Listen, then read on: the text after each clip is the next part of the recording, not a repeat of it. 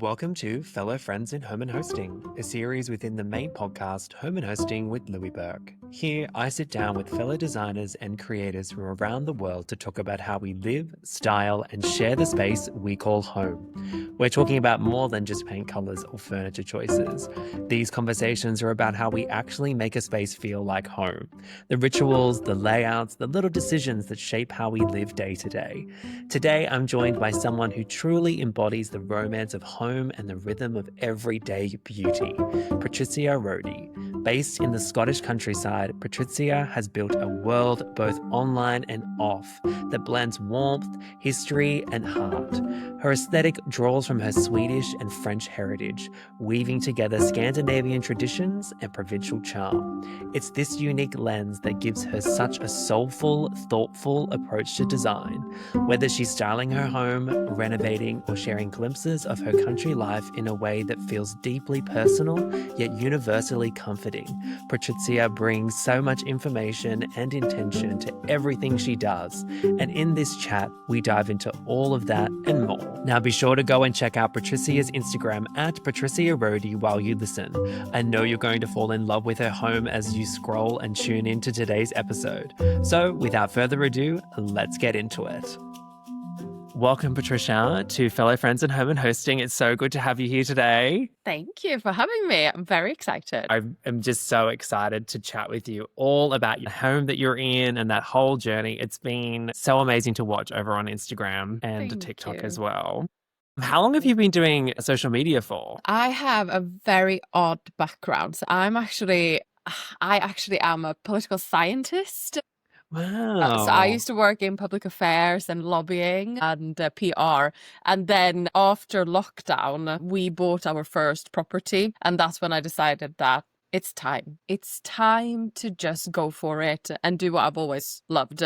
So I have a background in interior design, but I've never, ever done anything with it. But I thought, it's time now, I'm going to do it. So I think for maybe like 3.5 years, I've done social media. Was it the renovation and buying the property that sparked this want and need of documenting it on social media? Yeah. Do you know what? For me, it was more like I had a private account and then I thought, nah, let's just make it public and see what happens. Let's see what happens. I'm going to share it. And, in the beginning, everyone was like, what is she doing? Who does she think she is? But I was just like, whatever. It's like I was hashtagging the shit out of it and thinking that I knew exactly what I was doing, but it was more for fun. I didn't take it in seriously. But I think if you starting it today, I think it is better to actually have the approach of like strategizing and taking it seriously, because I think that because it's like the market is so saturated that by taking it a bit more seriously and actually having a strategy,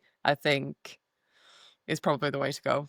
I think it's also good too because it brings up a good point in the fact that it feels so separate, whilst renovating a home and doing things, it's like social media is a job in itself. Absolutely. And I think if you have more of a strategy and you come at it from the point of view of like, this is actually a job, I think it makes it a bit easier for yourself. If you just do it as like fun and see what happens, I think that's when like the passion comes in, and that's when you feel like broken if it doesn't go well, if that makes sense.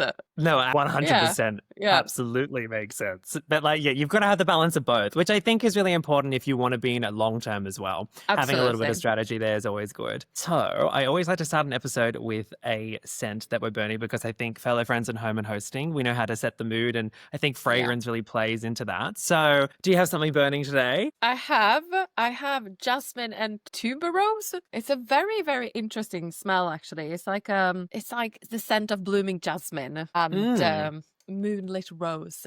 So it feels very summery. I'm going to be honest, I'm quite selective when it comes to scent and scented candles. For me, I want it to feel quite like grounding and organic. And so anything that is a bit too punchy or a bit too much, I really don't. Even with perfume, I'm a bit like, nah, I'm very selective.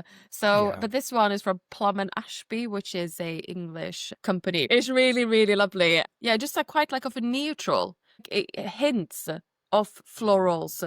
It makes me feel, because it's summer here in the UK. So it's just like the warm air of summer evenings. I love that. I love it as well, the fact that we've gone seasonal. Yeah. because I think candles and home sprays can really be speaking to what's going on outside and kind of Mm, creating a moment rather than it being like perfume where some people want to have yeah, a select scent. I think homes where you can really get creative and pull from what's happening at the time of year. Like, for instance, because as absolutely. you said, you're in summer and then I'm in the depths of winter. I know. And Let's be real here, Louis. There's not depth of winter in Australia, is no, there not really? Come well, I on. don't know. There has been, if you watch the TikToks, have you seen there's people who are in Australia who have come over from the UK and they're like, I know cold and Yeah, I do not I know know. what this cold is in Australia. Yeah, no, we're not in any minus. Like, I think what's the temperature at the moment? It's like 11 degrees, But it's which I is, know I think also when you come with the expectation that like Australian winters are essentially summers, then you yeah, are hit with this like reality of okay, it's really, really cold. And I think literally. that's yeah. But yeah, Yeah. still Yeah. it's And good also, cold.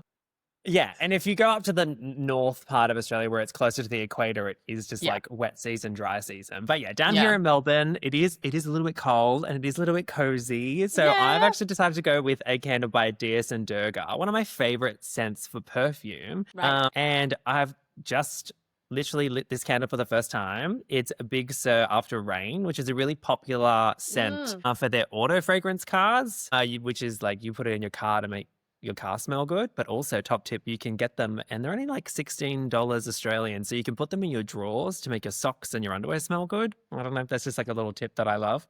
Oh, I love But that. yeah, this one has rainwater. Oh, it's very poetic. It's rainwater in eucalyptus groves, Highway 1, young green shoots, long spears, russet underbrush. So very Australian, Yeah. really. We're speaking, but it's kind of got like, again, like this sort of rain, wet. It's kind of cool, actually. It kind of Yeah. reminds you of back home in like the country. So I like that. I think I agree with you. I really like candles that kind of say what they are on the jar. Yeah. So, and I love that you've got a floral because I don't think people go for the florals as much these days. So it's nice to have a No, floral moment. but I think also, I think because of the fact is that like floral can be a bit like, it's in my granny's, Yeah. candle. But actually, I think that the newer candles as well, they have a tendency to tone it down a little bit. They're not as Mm, punchy. They're more like, mm. Just they like a just feel soft, warm. Yeah, just feel warm yeah. and like, yeah, I love yeah. it. So tell me all about where did your love for home style begin? I think that, so I think that it started without me realizing. Like at all. I grew up in Sweden, so I'm born in Gothenburg, Sweden. My dad is French and my mum is Swedish. It's a very like multicultural, very, home has always been very multicultural. It's been slightly chaotic, but it's also been very beautiful. Because my dad is from the south of France, we have a lot of family in Italy. My mum has Czech heritage, so we have like family in the Czech Republic. So my dad also, it was a restaurateur back in Sweden, but he had a French restaurant in Sweden. So the idea of, setting a table or lighting candles, like creating a mood that was just like very, very normal and very what we were doing even at home. And then during the summers, we spent it in the south of France, in Nice, or in a little fishing village outside of Nice called Villefranche-sur-Mer, or in Italy. And it's just like, surrounded by my family's antiques, and we went to the markets and picked lavender. So for me, objects that are full with stories have always been very present in my life. And I think it was just touching back on, my how long I've been doing Instagram and social media is I think that the really love for like home and interiors because I've been a nomad, like I've been traveling everywhere, I have family everywhere. Home has always been a bit of like a fluid concept for me. It's more about the sense of home rather than the actual four walls of a home. Hmm. And I think it really started when I moved to Scotland and we bought our home. Like, it was it's a renovation object that we bought. But that's when it all really clicked. Like, Yeah. it made me realize that home isn't just where we live, it's also how we live it. And Hmm. it became this like full sensory, like deep emotional project. And it has continued being that for me. And now I can't really like separate design from storytelling. For me, it's the same thing. And then I started my interior design studio as well, which I just think, yeah, for me, yeah, that's how it really It's began. always been there. Yeah. Yeah. Yeah, it's always No, that been there. totally makes sense. Yeah. Yeah. And I think it's the true ethos around lifestyle. I think in Yeah. social media, there's been a lot of like the word lifestyle gets thrown around a lot because it might be a fashion creator dabbles in picking up a chair or they do skincare and then that makes them lifestyle. But, it wasn't really until I guess like there's been a lot of like department stores are probably the first example of lifestyle, but like Goop with Gwyneth Paltrow as well, very lifestyle focused. But it's sort of like what you were saying, growing up, you had that sort of lifestyle aspect of traveling a lot and having experiences with family from all over the place and celebrating different things. I was going to say, did your dad celebrate Bastille Day yesterday? Did he? Oh, yeah. Absolutely, yes. Yeah. I had a lot of like happy Bastille Day from your dad and like loads of pictures and everything. Unfortunately, I'm in Scotland, but I was like to Patrick, my husband, I was like, we got to celebrate it.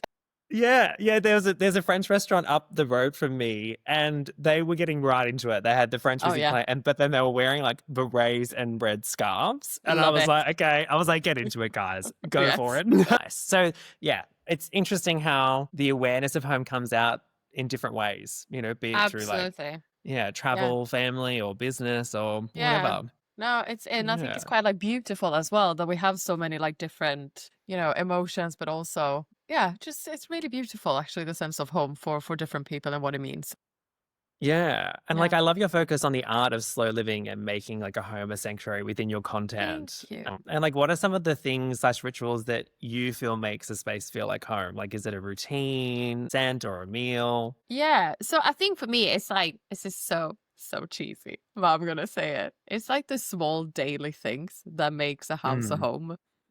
Yeah. I don't think that it has to be it's you what is what make a house a home, but those like small daily things that I think we forget about that makes the ordinary extraordinary. So it's like, just like maybe this is me being very Swedish because Swedish people love candles, but like lighting a candle in the morning, while your kettle is boiling and you're making your cup of tea, or just opening all of the windows just for 5 minutes to let the air change in the house. I think also it's really like lovely to have like a little corner. But I love also like a messy kitchen table or just coming in.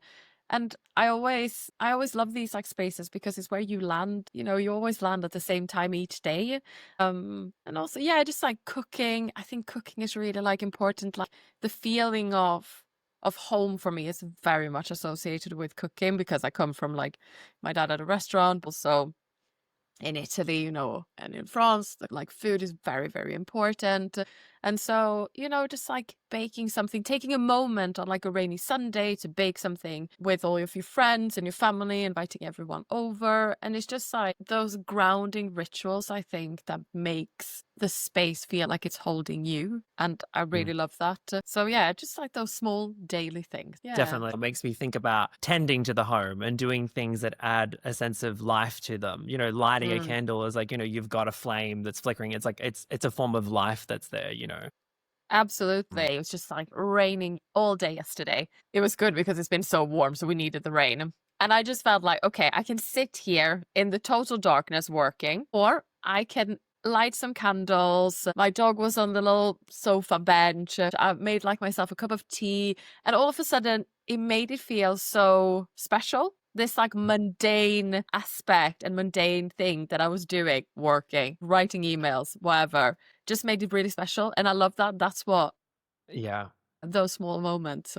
But like I'm sure you experience that more because you're renovating as well. Having a renovation going on, it would be a whole beast in itself. Deep breaths all the time. I'm like literally like having to take like 10 seconds every day, just going like, okay, it's fine. We're getting there. Yeah. I recommend people to go and watch your profiles before I like start chatting. And like some of the videos like where you were up on the ladder and you were painting the wall. So I loved watching that video and then you're like, I got a spray gun, but it was too thin and it wasn't going to work. So then I had to get up on the ladder and then I was like, I could just see myself in that story of like, yep, that sounds like, up the top. And then you're right to the top. And I was like, how's that going to work? You're like, that's for another day. I just loved it. And then the recent video you did with the bathroom renovation where you had the tiles, but then the tiles like weren't level. Then you're like, you know what? we're going to have to take these tiles off and we're going to have to do it again. Like, it's been great because you still showcase it in it. It's aesthetic, but it's relatable. Yeah, I mean, renovation is not for the faint-hearted, I'm gonna say it. But it's, yeah, I mean, I think that it's I think that my content specifically is a very mix of like, this is a renovation project, this was I'm doing on a day-to-day basis, and then snippets of just like little like beautiful moments. But I think, yeah, I mean, renovation it's hard living in it, but my thought process is if you stop, then you get comfortable with what it looks like. Yeah. So you just gotta go for it. It's like you have to keep moving in. We're doing a lot of the restoration and the renovation ourselves with the help of, we have 2 builders who help us, who I've sourced and found, and they're amazing, and they live in like our little village, and they specialize in restoration and old properties, because the property is built 1870, I think 1860, and so yeah, it's we need someone who knows what they're doing. And although I know what I'm doing, you need someone who knows how to measure properly, because I don't know how to measure things properly. Well, speaking of, because obviously some of our listeners won't be familiar with the property that you bought. How did you find this beautiful house? So in the UK, we have a website that's called Rightmove. Rightmove is where all of the properties come up on. So we were living in another property at the time. We had renovated and restored it, and it was quite like it was a smaller property. My partner was like, okay, do you know what? We need something to do. We need to get out. We need bigger, because we were both working from home and we needed like an office. So it was either to get an office or get a bigger property. And I said to Patrick, I was like, okay, well, let's just have a little browse. We can just like look, see what happens. And I found on Rightmove this house that had been on the market for 6 months, I think. And I said to Patrick, I was like, why? The interiors, it's a choice. It's a choice, and that's fine, like each to their own. But it was an old property that had been modernized back in 2014. And no shade to people who renovated in 2014, but there's this particular style, right? It's a particular style of gunpowder gray, a lot of navy blues. The house was advertised as a turnkey, just come in, family home, ready to live in. And it was not. There was nothing ready about this home at all. And in Scotland, we have something called like a home report. A person comes in and they evaluate the house, and then they give it like a market value. And in this home report, it states essentially, it's from 1 to 3, 1 being fine and 3 being that this needs urgently doing. But they have one section that says design, or like the interior. And it literally said, it's eclectic and probably needs redoing. So eclectic could be like quite fun. And eclectic, I thought, okay, eclectic is the buzzword. I know. But when we came in, we were both like, okay, it's a big renovation project. It needs so much doing. Loads of they lower the ceilings, which again, if it was done in the 80s, I would have been fine with it, because back then we all thought that if we had like more condensed, smaller spaces, then the heat would like become more intense. And fair enough, that's the case, of course. But maybe not if you have single glazed windows and no insulation on your property. But they had lowered the ceilings in 2014. So I was like, it's a crime. And then we went and viewed it. Patrick was very keen to view it. We went and viewed it. It's right literally by the coast. So we have like an access to a beach, and like we could go directly down. And I was like, you know what? It's a beautiful property, but it's a big property. It's all in all, it's 13 rooms. So it's a big property. And I said to Patrick, I was like, it's maybe too much to take on for just me and you. And he was like, no, it's beautiful. Look at the views. And of course, I was sold on the views, and it had really beautiful original detailing in some of the rooms. But I was just hesitant because it was not that cheap and it needed a lot of work. And so we put it off. We were like, nah, let's just find something else. And then we viewed it again because we thought, okay, well, let's just view it again and see how we feel. And then we called Patrick's parents. Patrick's dad is he used to work for Sotheby's as an auctioneer. So Sotheby's is like Christie's, a very famous auction house in the world. And he's amazing when it comes to antiques, like, or restoration. They've restored a house down in England. So he came up and it was the most grim, rainy day. And everything felt damp. And I remember like walking into the house and it was a really weird, like the people who owned it, I think someone was staying there, but it wasn't the owner. And it just felt like he'd had these like massive parties every time we were going to come round. And, you know, like there was just like wine glasses and beer. It was like dollar bills on like the table. I was like, what the hell has been going on here? He was doing it on purpose. He didn't want you to buy it. That's what it felt like. And then we went in and I was just like, we can't live here. We cannot live here. Absolutely not. And then we went away and then we got a call from the estate agent saying, would you like to see it one more time? Clearly, they've had no offers on this property at this point. They were desperate for us to buy it. And so we went and viewed it. And then I just said to Patrick, okay, well, why don't we just put in like a really cheeky offer? And we did, and we got it. Wow. And that was it. And then he just like really quickly spiraled into this like, shit, what have we done? Just like realization. And then we moved. And now we're here.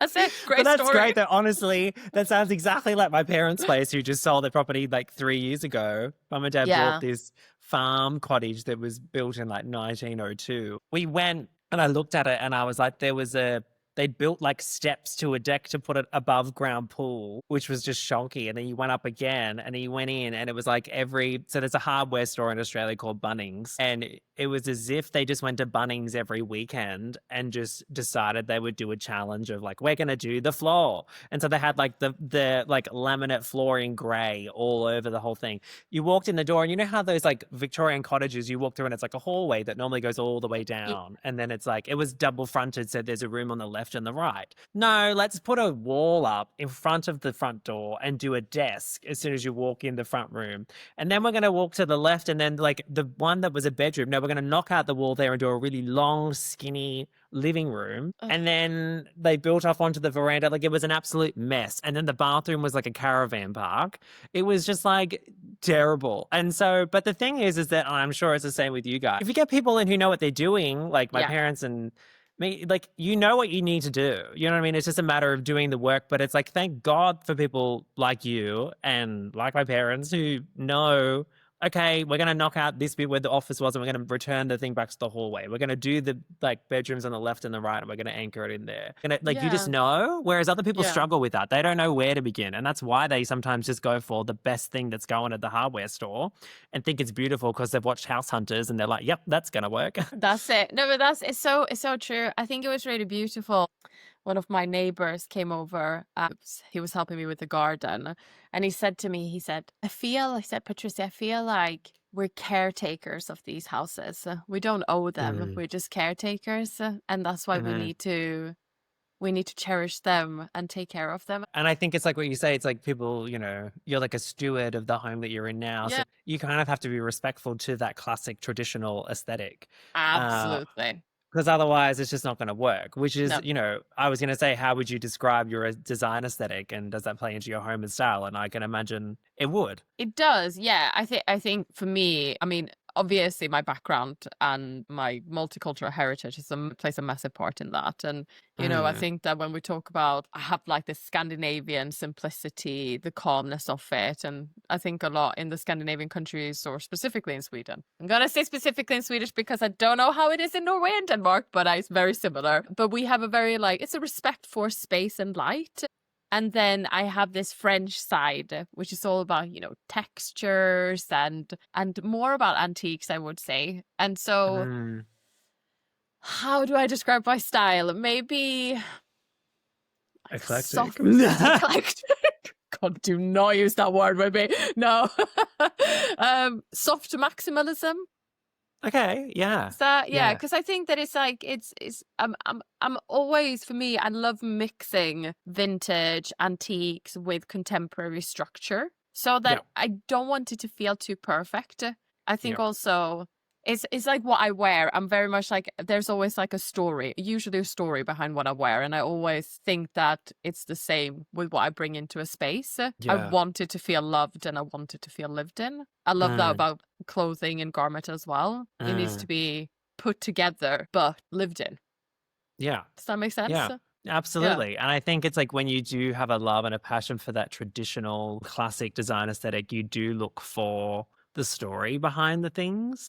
Mm. It's important, the quality, the story, what it's made from, how long it's been around. Like, I think it just comes into play. Like, a lot of people don't really appreciate those things in a way, and they do look for, like, that's where the trend sort of things come into play and people wanting new all the time because they want to. So I feel like if you do love old homes and you're going to be in one, you, of course, are going to have a Mm. style that's going to have a variation of styles, but it's going to Mm. come from a place where there's a story to be told. Absolutely. And I think for me, it's very interesting that you say this about that people want to have new, because I was chatting to a client just the other day and we were talking about the aspect that like people shy away from mixing old and new, Mm, but mm, actually it's not about it's not about bringing in old and new. It's actually how you create depth and warmth and a home mm. that feels layered and personal. And you can Yeah, really do that by mixing old and new. yeah, It's all about this like contrast and character, which I think makes is the secret to achieving a good interior space or a design space. Like you can have, for example, I have that is like a very contemporary chair that I have mixed with an old French table. So, a home should really reflect where you've been and where you're going. And so, where yeah, you've been is the antiques, and where you're going can be the new. yeah. Yeah, Does that make 100%. And sense? then that Yeah. just, yeah, it does. And it just depends on the scale in which you're in. I've described it before here on my podcast where I've said, like, with the home that I'm in now, it's a Mm, Victorian terrace that was built in the late 1800s. And when we moved in, being in Australia, a lot of the furniture really starts around that Art Deco time. yeah. So it's really hard to find antiques that are sort of Victorian or Georgian, but there's obviously reproduction stuff, but the reproduction stuff doesn't have the same feeling. And I thought, well, I really want to highlight this home and highlight its beautiful time period that it's in, but I also don't want to try and create a space as though I'm living in that time, in terms of like I'm trying to create something that I can't get. Like I can't get that Victorian furniture, at least not easily. And so what I decided to do was focus really hard on Australian contemporary furniture. So it was this thing where I would do an old shell with new furniture inside, which sometimes, like, people have taken too far when it comes to extensions on homes and things like that. Like, it's not necessarily how I would do a renovation on a property, but in terms of what I've done with the space that I'm in now, I really like that there's a really hard juxtaposition between the furniture and the structure. Like when I replaced the lights, I still did like a chain and ball light that still is reflective of the time period. But then the furniture is new, so then you get to actually appreciate both things really easily. I think that that's a really good point, actually, because it doesn't necessarily need to be like an antique piece against a new piece. It can be your home is also, if you live in a Victorian or Georgian or like more of an older property, you can also bring in modern elements to it that still are appropriate and works well with the house. It's just like choosing items that enhances the property rather than shuts it down. Like you don't want to it's still an old property, and the pieces that you choose needs to celebrate that. They can be contemporary and they can be new. They don't have to be antiques, but it's just like choosing the right ones. God, that sounds really like No, it makes sense. wishy-washy. No, it makes sense. And like, because the other day I was on a TikTok live and people were saying, "Oh, your walls are so empty, they're so blank, blah, blah, blah." And I said, "Yeah, but you guys are kind of missing the point. You guys are running, same as someone on Instagram will go, "Oh, your walls are too yellow." And it's like, I feel like with social media now, with interior Mm. design and making a home, people just have learnt rules and they feel like you have to stick to those rules. Like if you're not doing a Dulux Vivid White, which is like a paint brand here in Australia, if you're not doing a Vivid White, or if you're not doing or you're in a terrace, you need to have 20 picture frames that are antiques of like silhouettes of people, and kind of make it go to a point where, like, the thing is sometimes with traditional and classic design, which I really like, I think sometimes where some people can go wrong is it starts to look like an amateur theater set. They Yes. kind of go, oh, I couldn't get the original stuff, so I'm just going to buy the dupe, or I'm going to find the thing that feels old enough, and I'm just going to put lots and lots and lots and lots and lots of it in the room, and it's going to just make it feel right. And the internet has an obsession with lots of things, like an abundance. They want to see lots of things on the screen all the time. So if they see an empty wall, they're like, oh, why is it empty? And it's like, well, the wall's intentionally empty because the furniture that I have is very sculptural. It's also highlighting, because I feel like I have a responsibility being Australian, and there aren't a lot of home creators in Australia. Like, I have a responsibility to highlight Australian design.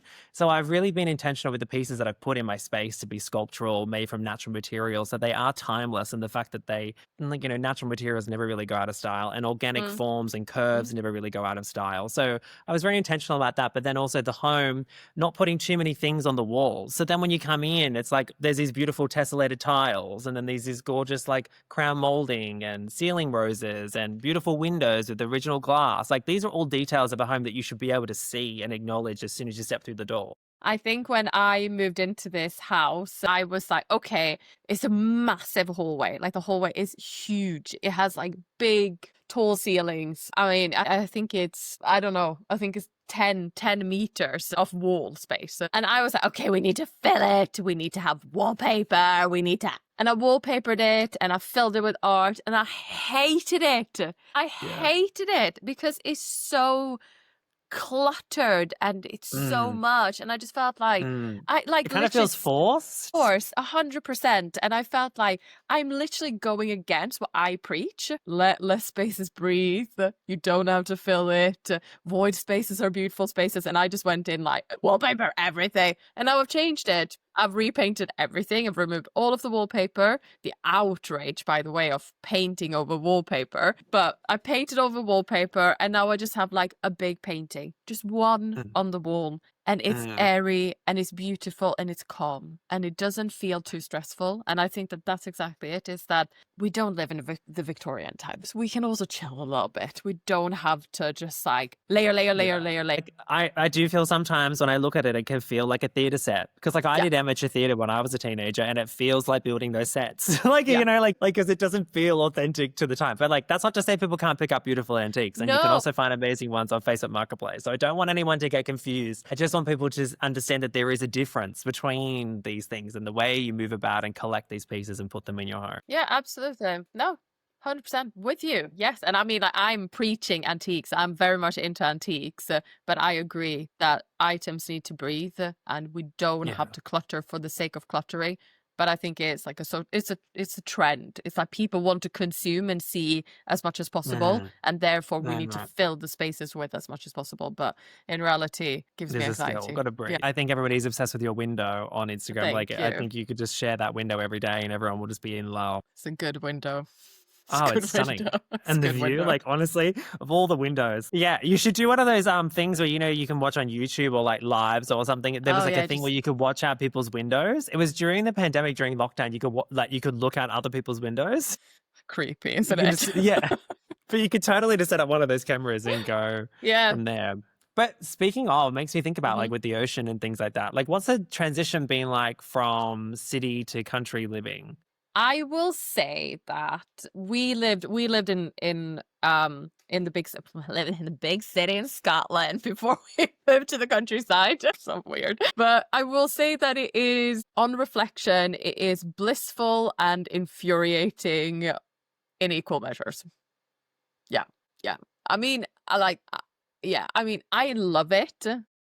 I feel like I've gained slowness and stillness, and I have a very different relationship to time and space, but also myself. But I mean, I do miss just being able to nip down, have a coffee, see my friends. I feel like it's a bit more, everything has to be a bit more intentional now. And I've also, this is so weird, but it has made me reflect a lot about friendship, and made me reflect about who I want to spend my time with and who I want to give my time to. I don't, because we live a bit further away, it's an effort. It's a bit of an effort to come here, but it's also an effort for me to go and see people. And therefore, when I do that, it becomes more of a thing and it's more special to some degree. And it has really taught me that, God, time is so precious as well. And I don't have time to just spend it with people because I'm a people pleaser. So I'll do anything and I'll say yes to anything. And I think it's taught me that, actually I don't have to go and see this person that I met on a yoga session. I don't have to go and have coffee with this person. We love yoga, but we might not share anything except that. And although it's great to meet new people and I'm all up for it, I'm also very much like, protect my space. Wow. And my sanity. Absolutely. No, but I think it's like, listen, I love the city. I go to Edinburgh a lot and like I'm there a lot because I work. I have a lot of clients there. And I think that like if I could have like, best of both worlds, I would definitely have like an apartment in Edinburgh and still have my house here. Obviously, I can't do that yet. Maybe soon, who knows? I am manifesting this, so I will have an apartment in Edinburgh soon. But I think I do miss, like, I love going into the city. I love, like, being able to like have a coffee, get my matcha, like wear a good outfit. Like now it's wearing a good outfit is a bit different than what it is when you live in the city. And I think also it's like, I've just learned more to romanticize the mundane. I think that's something that I've learned living in the countryside. Like, it's grounding. I talked to my postman for like 15 minutes. I like, these moments, these interactions that I find quite funny and I quite like them because they just make me feel I really live in the countryside. Yeah. Yeah. And also how to dress for mud, like literally. Literally. Well, like while you're renovating this home, it makes me think about all those people that are currently renovating or thinking about renovating. So like for those who feel like their home just isn't there yet, in quotation, there yet, they're maybe feeling a bit stuck. Like what's your advice on creating beauty in the in-between? Interesting. In the in-between. It's like a novel. It is, but it really is. I think it's like, that's because it's a big one, I think the in-between is part of the story. So that's where all the good stuff is If anything, happening. it's the part that you remember the most. Absolutely. Yeah. So I think that, if I'm going to like put it like into context, I'm going to put my interior design hat on, right? So, I think that it's to focus on the layers that are portable. So I would say maybe textiles and art, but also music. Like you don't need to own the walls to make a space feels like you. That's what I would say. And I think it comes back to what you were saying earlier, which is like the rituals as well. Exactly. Absolutely. I think it comes back to tending to the home, that feeling of home and tending to the home. Because ultimately as well, it's like the way that you're tending to your home is also the way that you tend to yourself. So I don't know about you, but if my house is like completely up in arms, it's usually because I'm up in arms. And then once I get it under control a little bit more, I can feel like I can get things going. Yeah. Absolutely. No, 100%. And I also think that like, what we always have to remember is that no one's home is ever truly finished, right? I think we keep forgetting that. Like mine certainly is not finished, but I think that it's how you live in the unfinished. That's what is the beautiful part. And it can be anything, creating a corner just for you. It doesn't have to be anything special. It could just be a chair and a cup of tea, but just like make it yours and own it. Yeah. And that's what that's what I would say. That's what Amazing. I would say. Yeah. Amazing. Well, now we're gonna move on to our speed round, but I just know it's not gonna be a speed round, which I actually love. I love when I do the speed round and we just extend upon what they are. Go for it. Let's go. So number 1, fresh flowers or a potted plant? Fresh flowers. Always fresh flowers. Always. When I think about this one, I kind of think maybe a potted plant because I've got a cyclamen or a cyclamen out the back right now, and it's really making up for my backyard because my backyard is suffering.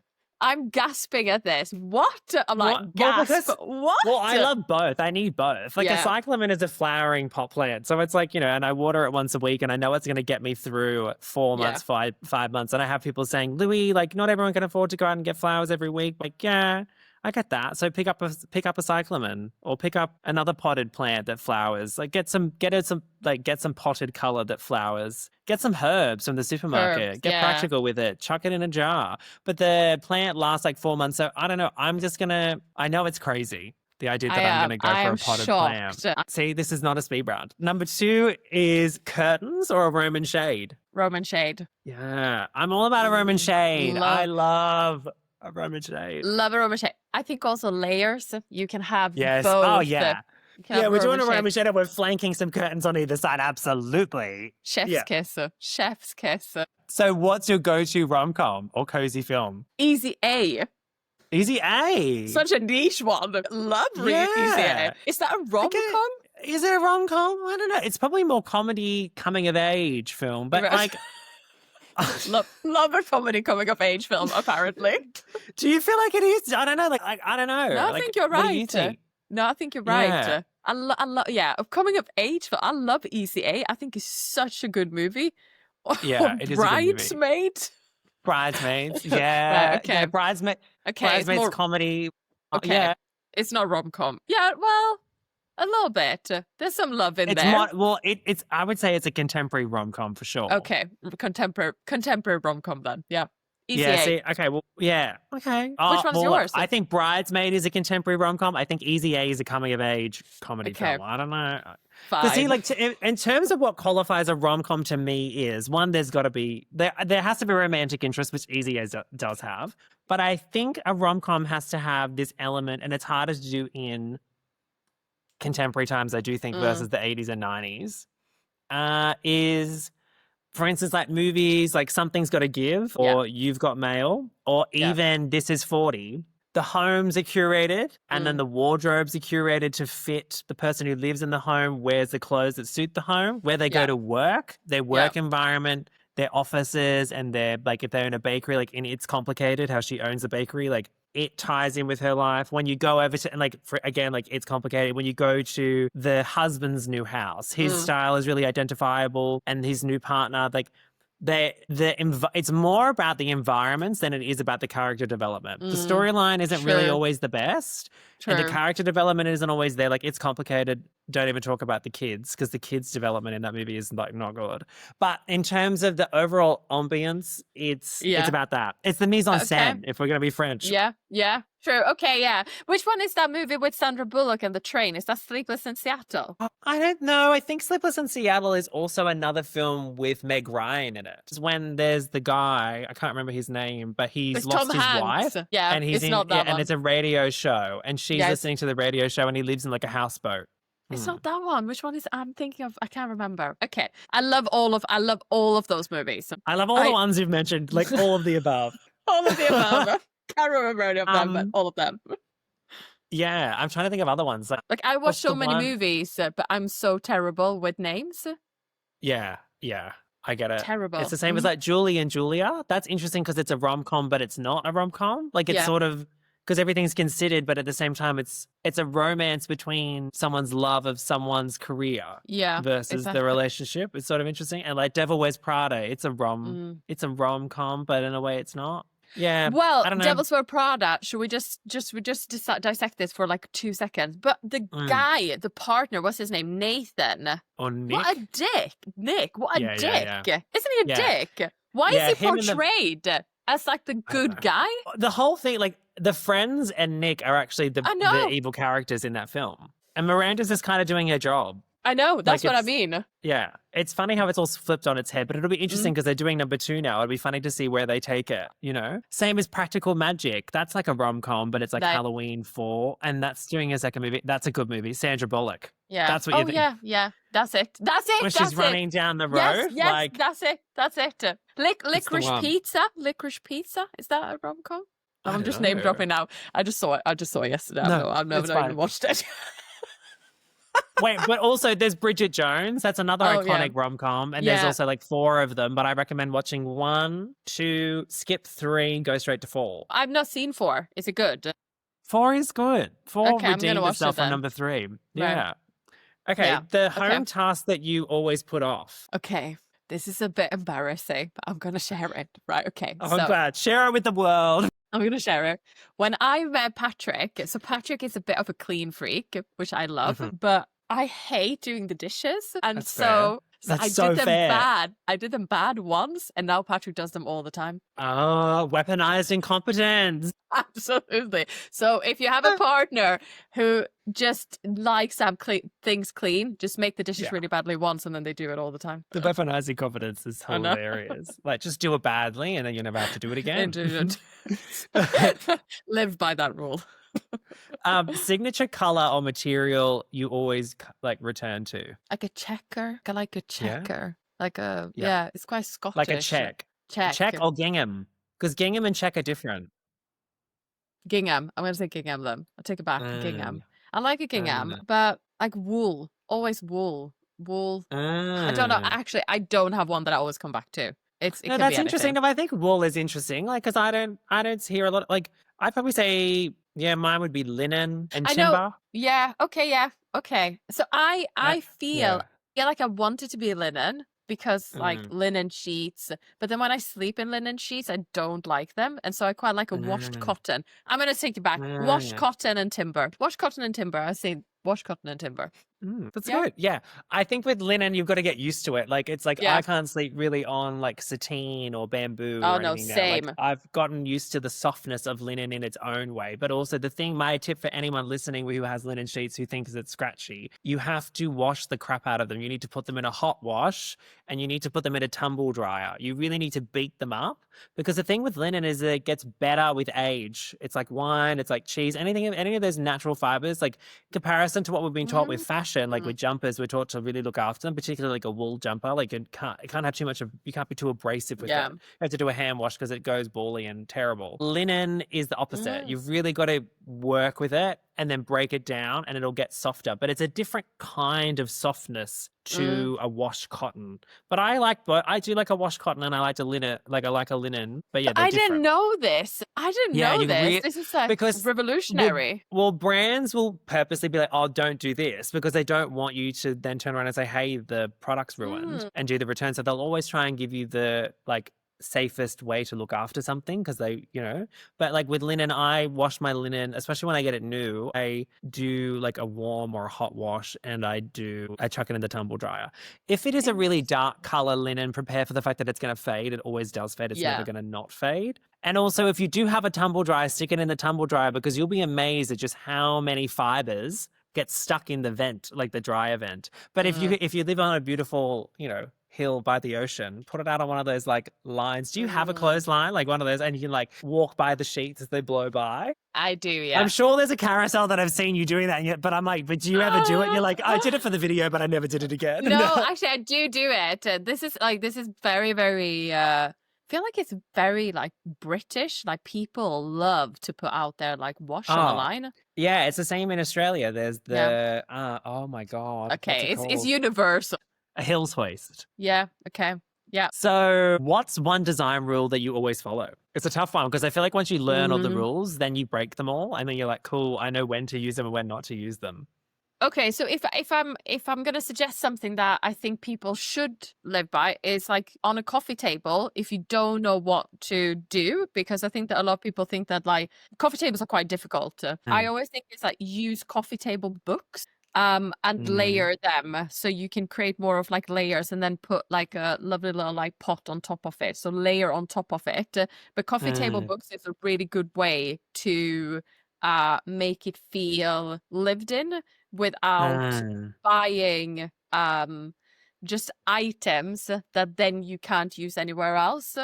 Yeah, like those decor bits and pieces from H&M, and you're like, why did I buy that beige, twisty ceramic thing? Yeah, I exactly. Get you. So that, Well, that actually brings up one of the design icks that I have at the moment, which is design coffee table books. Well, like coffee table books, it's like fine. Like a lot of the books that I have in my dining table are interior design books. And I guess they are coffee table books in a way. And I do have a line of them down my table because I wanted it to look sort of like a workspace as well as a dining space, because I work as well as dine in it. But I have like one of the books open. And for a while there, I used to start with my books open, and then I got over it. I was like, oh, that's cringe, the book being open. I can't handle it, blah, blah. And then I've gone back to having like a stack, and then like I had some stack, and then I had one open, and it was nice to have to like flick over every day to have a different vibe, which I'm into. Yeah. My design ick, though, is when people buy the acrylic X's where they can rest the book on the X. Like, do you know what I mean? Like that thing where like, you know what I mean? Like it's just burn. I've seen so many videos of those like book easels, and they're really bad. Should be illegal. Should be just illegal.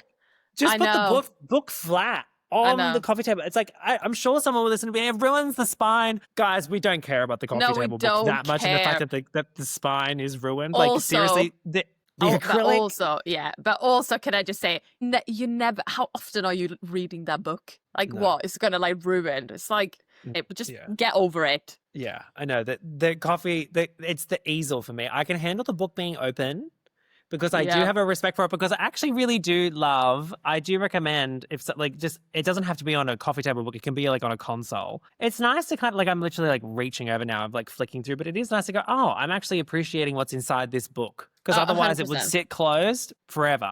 It's actually nice to see that someone's gone out, because this person's got a photographer, they've written lots of words, they've put a lot of effort in, and we're not even looking inside the book. Really, like at some point, are they going to start selling blank coffee table books? Like it's just going to be a blank book with the spine? Like, I have to say, I'm very, because my husband is a photographer, so we have a lot of photography books, and I do love a good photography book. My favorite photography book, and that's why I quite like to have them. I have a console table, like a mid-century console table, and then we have our TV on top of that, and on that I have like loads of books, and my favorite one is one that I bought at a little market in London, and it's a German book, and it's just about like different football pitches, amateur football pitches in different countries, and the whole book is just like pictures of people playing amateur football in different countries. And we always play a game where we like look in the book and then we guess which country it is. And I don't know, I just really like, I do like a photography book. I think a photography book is really beautiful, and so I'm into book, but those holders, easel, I don't even know what they're called, but like I'm glad that we agree. They just came up on my feed, and I was like, I need to mention that right now. you need to get. So speaking of that feeling of home and loving to cook, and it being a part of like how you grew up and your culture, what is your go-to meal to cook for a romantic dinner at home? This is something that I really love to do. So I am very like matching napkins. Like I love setting the table, even if it's like just like a Monday or just a boring old Thursday. I love it. I love it. Makes such a difference. It makes such a difference. There's Nice, we make a specific tart that's called a pizza which is it's like a pizza. It's like a tarty pizza with it's a tomato base with anchovies and olives. It sounds funky, but it is so good. It takes no time at all to do, and I just love to make that with just a big salad, and just even if you're just like drinking water, put out your like wine glasses and have like water, just make it special. And we try to do that as often as possible, because it also makes the day just feel like where we can reconnect to each other. And I think it's important to just like have those moments, even if you just set your coffee table as a little dining. I need to do that. What's the playlist to play while you're doing some DIY? Honestly, so I actually like realized this yesterday. I have a really weird sense of music, right? I listen to a lot of music. So I love like dad rock. Oh, okay. So I mean, I love Thin Lizzy. I love Creedence Clearwater Revival. I also really like Cumbrian music, like Colombian music. Oh, yeah. And then I love like just pop music. So I love a lot of music. So I have playlists for everything, but I love a good podcast. Yeah. I love a good podcast. So when I do DIY, I listen to podcasts. That's great. Yeah. I love that. Yeah. Neutrals or a pop of color? Sorry, I literally asked that question and I'm like, neutrals or a pop of color? Like this question, a pop of color reminds me of early TV segments where it's like an all black outfit and it's like, let's get a pop of color. Let's do an orange skinny belt with an orange handbag. Like, you know what I mean? It was Yes. like, yeah. I love that. Neutrals. I think neutrals always. Yeah, I like earth tones. Yeah, same. Yeah, natural colors, they're nice. And you can also find natural reds and natural greens and natural blues. Like, you can find natural yellows. Like, yeah. Yeah, natural always.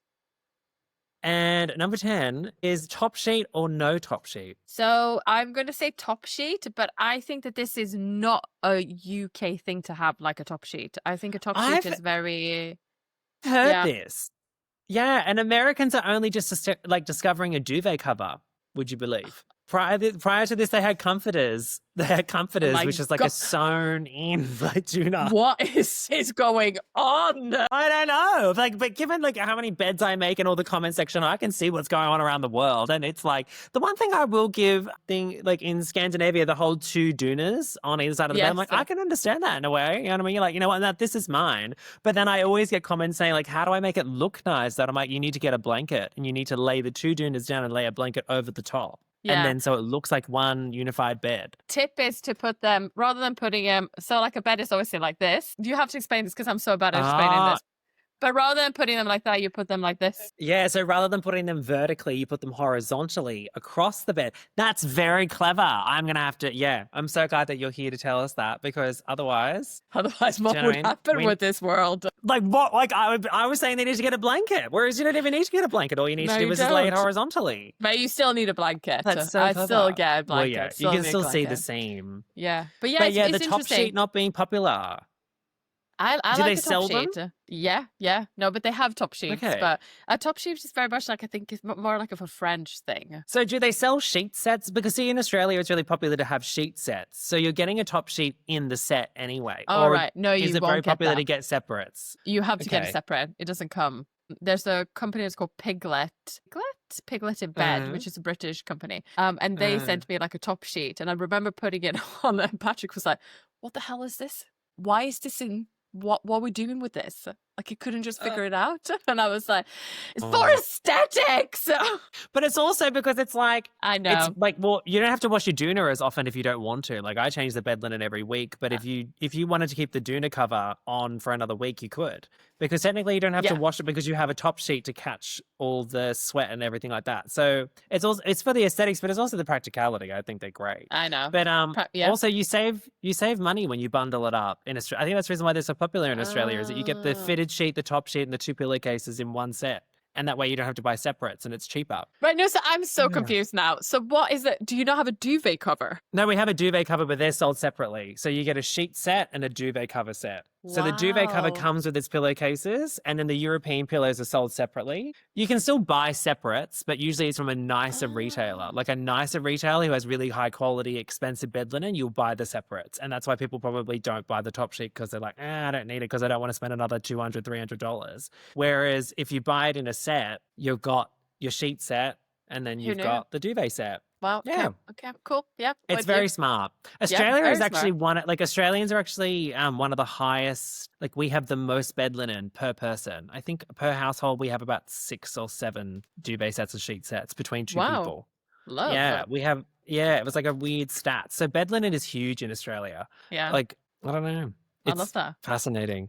Because you sweat so much because it's warm. Because it's so hot. Exactly. My God. Wait. So for every episode, the guest that came on previously has asked a question for the next guest. Your question is, what is your first memory of home? It's a good question. It's a very good question. I think, so again, I don't necessarily think it's like, right. So my first memory of home is actually in Italy, I will say.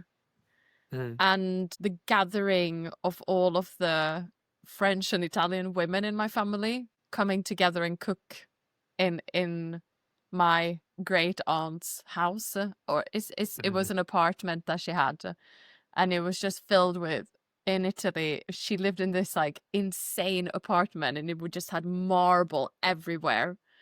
And everything was open and noisy, and the sound of cars and the smell of food and children and cigarette smoke, and someone was like rolling a cigarette and smoking it and cooking gnocchi, and that's the first memory of home, the feeling of home. Maybe it's yeah, does that make sense? It's like the feeling of home rather than the memory. Yeah. Yeah. Mm. I love that. Yeah. Well, Patricia, it's been amazing to have you on today. Thank you so much for joining me. Thank you for having me. Oh, it's been so good. I feel like we've known each other for years. You know? It feels like that. But I love that. That's how it should be. So thank you so much for having me. Honestly, it's been such a pleasure. I hope you loved that conversation. Patricia's way of approaching life and home is such a beautiful reminder to slow down, stay grounded, and just find beauty in the everyday. If you'd like to see more of Patricia's world, you can follow her over on Instagram at Patricia Rodi. I highly recommend it for a daily dose of calm, elegance, and countryside charm. And while you're here, don't forget to subscribe, leave a review, and follow me on Instagram and TikTok at Loui Burke for more conversations and content all around home and hosting. Thank you again for listening, and I'll see you again soon.